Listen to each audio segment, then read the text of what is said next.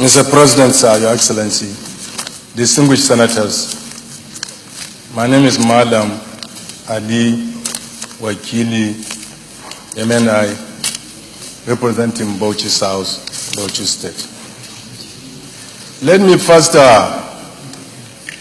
commend Senator Sekibu, even though he has thrown a great challenge to those of us from the Northeast by our procrastination, by not raising this motion earlier on. Even though all of us, most especially from the APC, have met and agreed that we are going to bring about a Marshall Plan to address the issue of this insurgency, most especially in the Northeast. The Boko Haram issue is very tragic to our country and a scourge unto our people. The level of destruction, both human and material, is unquantifiable.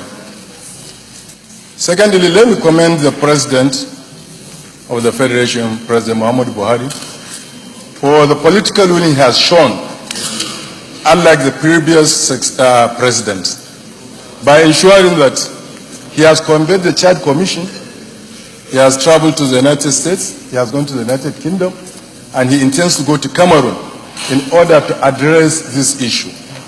Because the issue of Boko Haram is beyond Nigeria. It has to do with global politics, most especially of oil. The Benue Trough from Bauchi State to the Chad Basin has great hydrocarbon oil and oil gas that are there.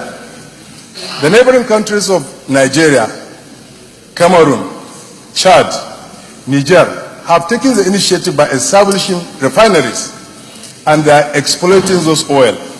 And today there's a technology that you can siphon those resources from your neighbors, first. Secondly, the issue of Boko Haram has to do with the issue of unemployment. Issue of unemployment.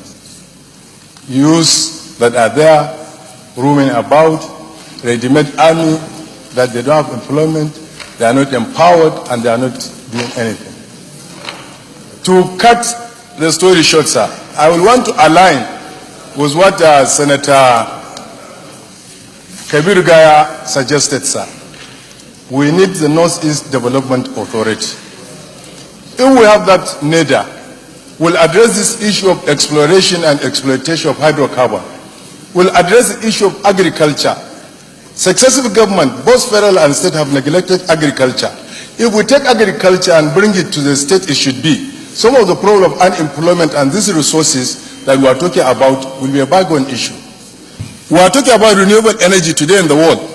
We are trying to go away from this issue of gas and hydrocarbon oil.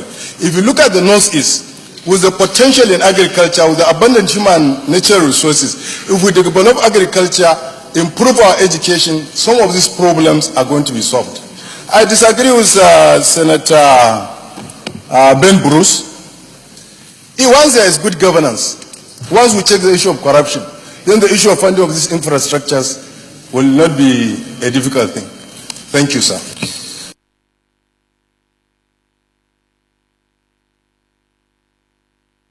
Mal Ali Wakili, MNI, a retired company. I had earlier on wanted to restrain myself from speaking on this issue of waiver. Waivers, as we know generally, are not bad ideas.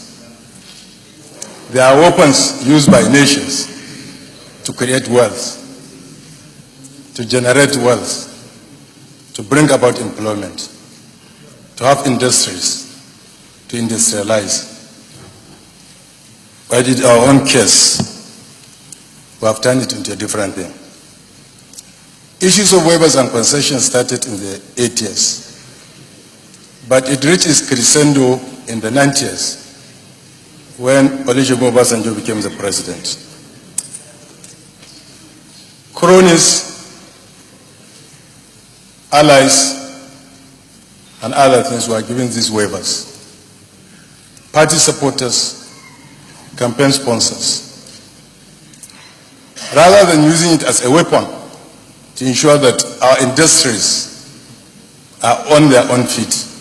It was used to kill them. Finished goods, finished products like pastas, noodles, flowers were imported to this country. And these people were given consent. Coming to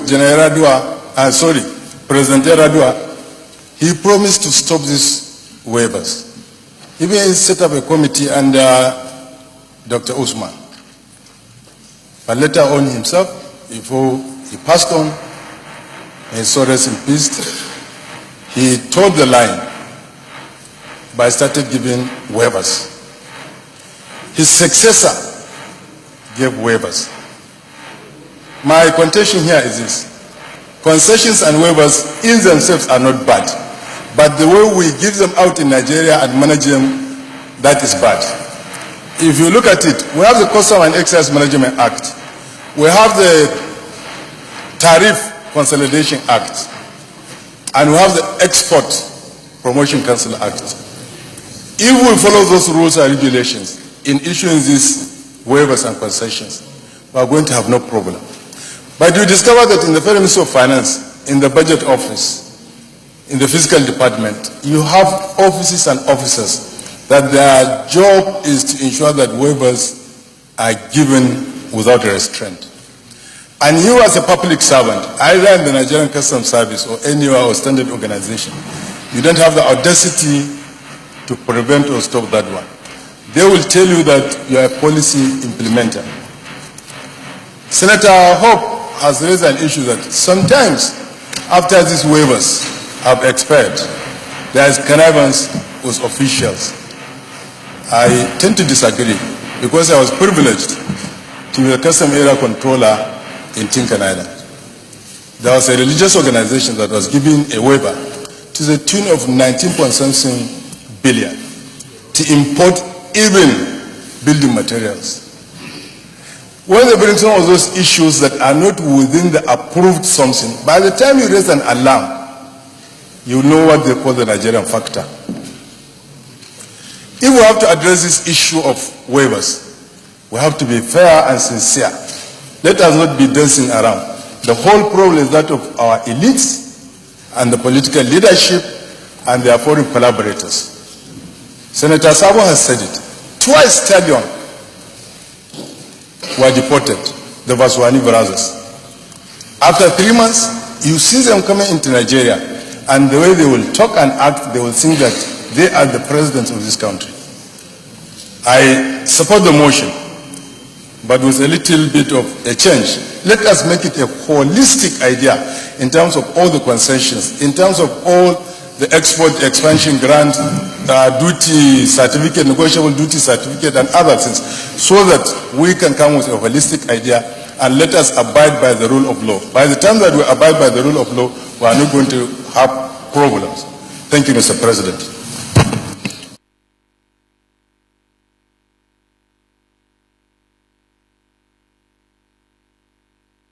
As said by the Senate President, my name is Mal Ali Wakili, MNI. While thanking the Deputy Whip for his timely motion, I want to caution us on certain issues. Primarily, the purpose of every government is the protection of welfare and security of its people. It is only here we allow all manner of imports to come into our nation. Conscious of externalities associated with bad imports, the European Union take proactive steps. Some of these issues that we are complaining about or they complain about, they are not meant for their markets. They are meant for the Africans that are residing within their territory.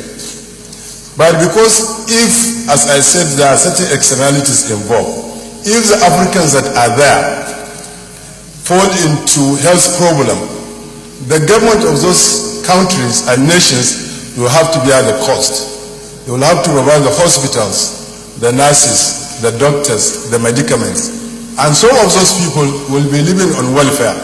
For them to prevent those kind of sins, that is why they have to do some of these things. The issue of the ban brought to us some issues that we as a nation must be alive to our responsibilities. Our agencies of government must be up and doing, either from our constituency, the Nigerian Customs Service, or to the standard organization, to the planned quarantine, and to other agencies of government. We must strengthen their capacity in terms of equipment, in terms of welfare, for them to perform some of these functions. Then coming back, we have to find that our own agriculturalists are trained.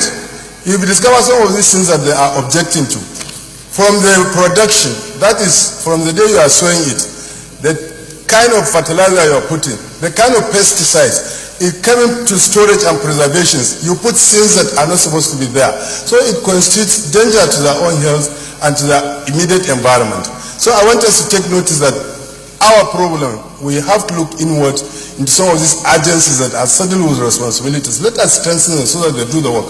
If you watch the television, quite of recent, the Nigerian Customs Service are doing their best to ensure that took this wastage of importations, like frozen products, they are doing their best to prevent it. So let us strengthen these agencies of government from the NAFDAC and others so that we do the correct thing. Then Nigerians themselves, the elites, because part of this problem are the elites, we are the ones that are exporting those things to take them at the African restaurants in Europe or in America. We must make sure that we stop doing some of those things. From the airport, even if you are stopping them to the frontiers, you discover that you are in a big problem if you are part of those that have to enforce these laws. Thank you, Mr. President.